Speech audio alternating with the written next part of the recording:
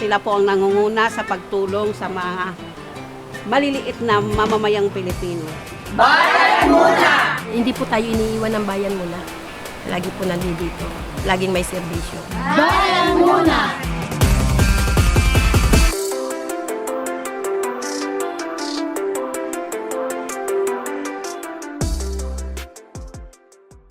Ang Bayan Muna, 25 taon nang naglilingkod sa sambayanan, sa Kongreso at Korte, sa kalsada at mga komunidad, saan mang larangan, kasama ninyo ang Bayan Muna, ipinaglalaban ang interes ng sambayanan.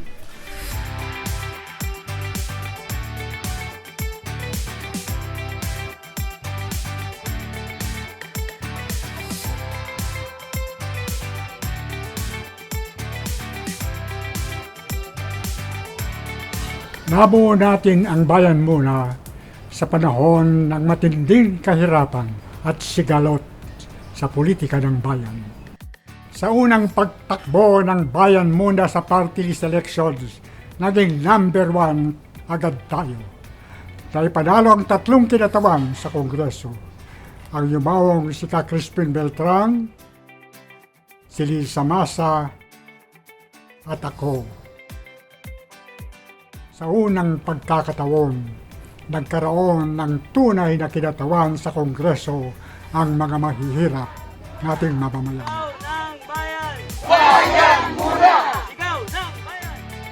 Ang unang-unang panukalang batas ng Bayan Muna ay ang 100 dagdag sahod na inakda ni Cabel.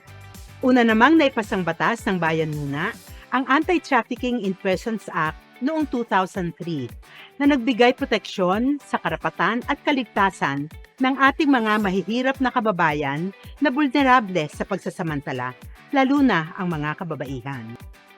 Mula 2001 hanggang 2022, ang Bayan Muna ang nanguna sa pag-akda ng mga pinakamakabuluhang panukalang batas at resolusyon na nagsisilbi sa bayan. Ilan sa mga batas na akda ng Bayan Muna ay ang Public Attorney's Office Act of 2008 na nagpalakas sa kakayanan ng PAO na magbigay ng libreng serbisyong legal sa mahihirap, ang Rent Control Act of 2009 na naglimita sa pagtaas ng paupa sa pabahay ng mahihirap, at ang Anti-Torture Act na nagbabawal sa anumang uri ng torture sa bansa. Tayo rin na may akda ng Free Mobile Disaster Alert Law na kung saan inuutusan ang mga telcos katulad ng Globe at Smart na magpadala ng text sa publiko sa panahon ng may bagyo o may kalamidad. Libre yan ha. Giniit dati ng mga telcos na may singil yan pero nilaban ng Bayan Muna na libre ang text warning pag may kalamidad. Bayan Muna rin po ang may akda ng Human Rights Reparations Law na naglalaan ng 10 bilyong piso sa lahat ng mga human rights victims ng panahon ng martial law bilang kompensasyon sa paghihirap nila.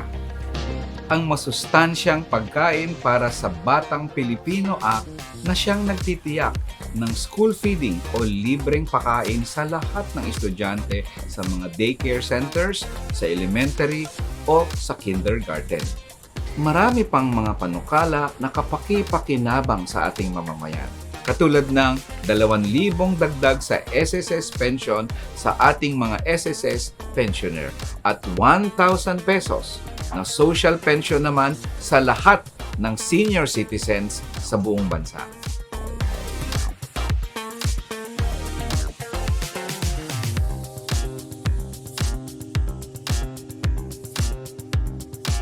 Hindi lang sa paggawa ng batas tanyag ang Bayan Muna. Kilala rin ito sa pagpapanagot sa mga abusado at korap sa gobyerno. Dapat managot!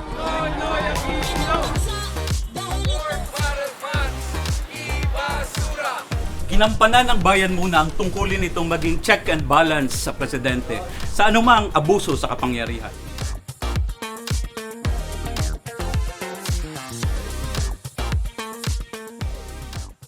Hindi nangimi ang Bayan Muna na magsampa ng impeachment laban sa mga presidenteng tiwali, mandaraya at lumalabag sa karapatang pantao.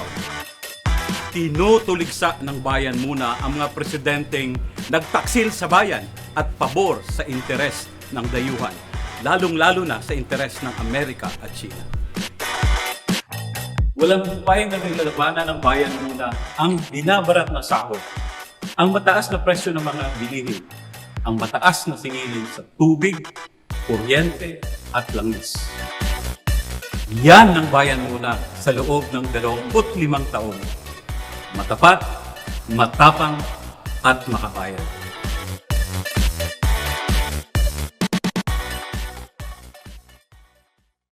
Hindi ilan sa ating mga kasapian ang naging target ng atake ng Estado. Kabilang na ang pamamaslang. Pero patuloy tayong lumalaban at nagpupunyagi. Pinaparangalan at alay natin sa kanila ang lahat na pagsisikap upang ipanalo at ibalik muli sa Kongreso ang bayan muna. Sa kasulukuyan, sinisigil natin ang Pangulong Bongbong Marcos Jr.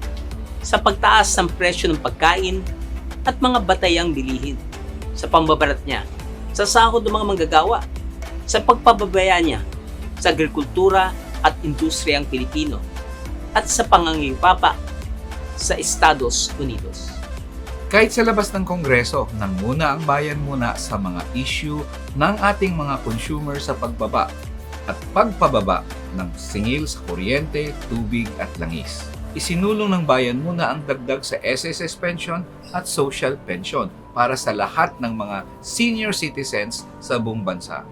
Umakyat din ang Korte Suprema para labanan at ibasura ang dagdag na singilin sa rehistro ng lahat ng sasakyan dahil sa pagkabit ng RFID sa mga sasakyan dito sa Pilipinas.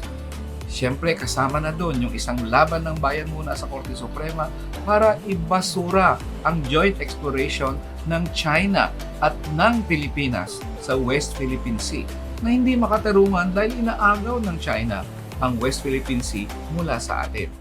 Mga kamuso, lalo pagpapasakas ng Bagyong Karina habang mabagal ang kumababa. Binaha kami ng Bagyong Karina. Alam niyo ba kung sinong unang tumulong? Bayan Muna! Bukod sa paggawa ng mga batas at pagtutulak ng mga reformang makabuluhan, marami na rin natulungan ng bayan muna sa mga komunidad na sinalanta ng bagyo, baha, sunog at iba pang kalamidad. Sa pamamagitan ng Bayang Matulungin, naglulunsad tayo ng mga medical missions, ng mga disaster and relief operations. Naglulunsad tayo ng mga legal clinics na nagbibigay ng mga legal advices. At namamahagi din tayo ng mga school supplies sa ating mga kabataan. Ang tanong sa atin, ano ba dapat ang pamahalaang naglilikod sa mamamayan? Ano ba ang ibig sabihin kapag bayan muna?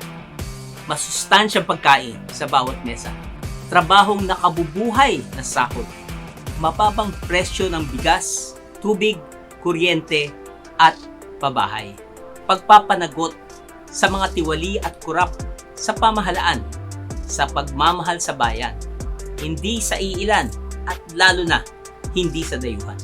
10 ang kinatawan ng bayan muna sa loob ng Kongreso sa 25 taon. Di tayo binigo, lahat sila tapat, makabayan, progresibo at palaban. Hanggang sa huli, bayan muna! 25 years na tayong Naninindigan At naglilingkod sa bayan. Salamat sa inyo! Nandito pa rin tayo!